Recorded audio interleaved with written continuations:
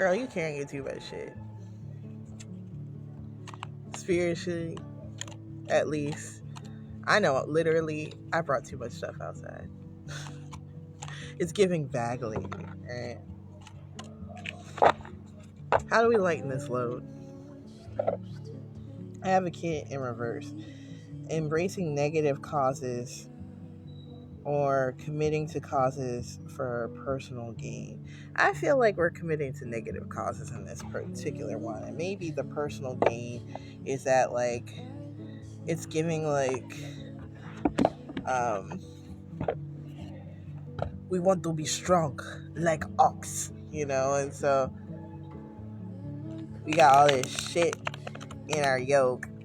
This yoke is mad uneven, my dude. Not even in like a relationship sense, in the sense that like you want to be like the star player, and for that reason you've committed yourself to not more than you can do, but a fucking lot. Like before I even pull the cards, just because you can do more than other people does not mean that you should, right? It's not like just because you have the capacity to do something doesn't mean that it's then your duty to do that. I said duty.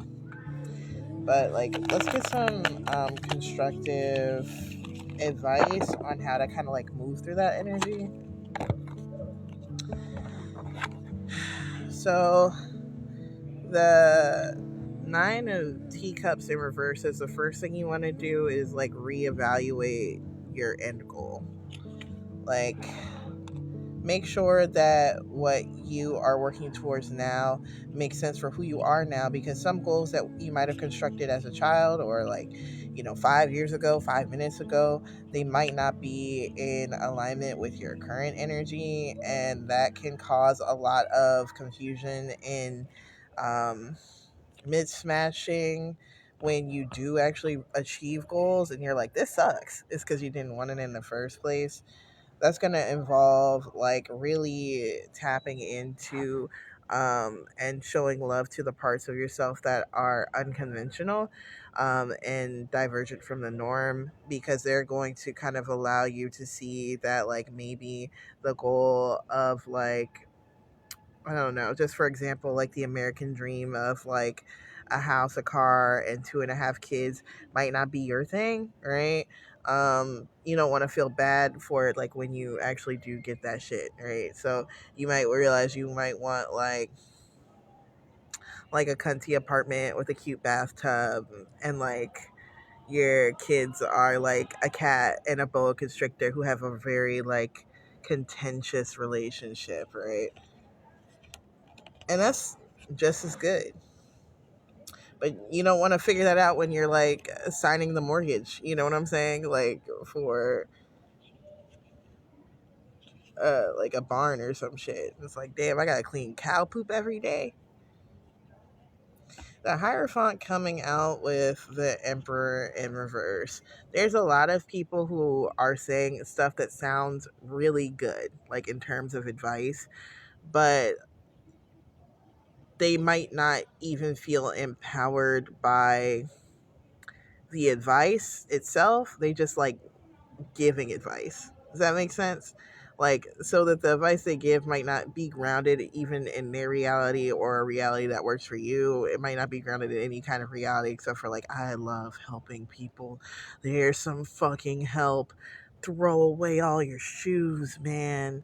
You need to ground in the earth. And you live in Antarctica or some shit. They got needles all over the ground where they live. So it's like not even good advice, but it's just like the nature of giving advice. It does sound good, but like you want to make sure that that advice is relevant to your particular standing, and how that will kind of like help to kind of like I always forget I start talking about something.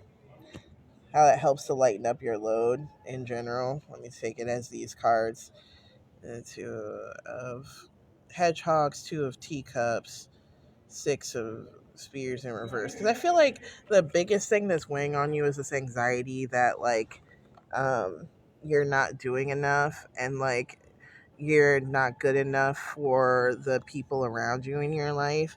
And I feel like that causes you to go above and beyond what would actually be in alignment with yourself to do, right? And I think this feeling of not being good enough for other people is actually kind of coming from the things I said, where you feel like you have to do more. It's like an internal thing, but it's also like coming from voices that are not kind of like living the life you lead. Like, for example, you might feel like you need to become like the best, tarot reader on this app. I'll use myself as an example. And that you have to like post so much, so many days. You have to do this and that. You have to make sure everything is like focused, and you can see the cards, you can see the people, and you can get everything tied up, and you have to like have a schedule and everything.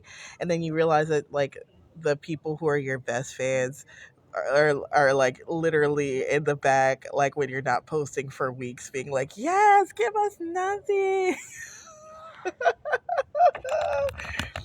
So you might find that you still like go above and beyond when you don't have those constrictions in place, but you'll find that it doesn't feel as heavy, and that you'll be able to achieve more um, while it feels like less. So I hope that was helpful. If you need more advice, you can head to my website and book a personal reading. If your energy's out of whack, I can give you a Reiki session as well.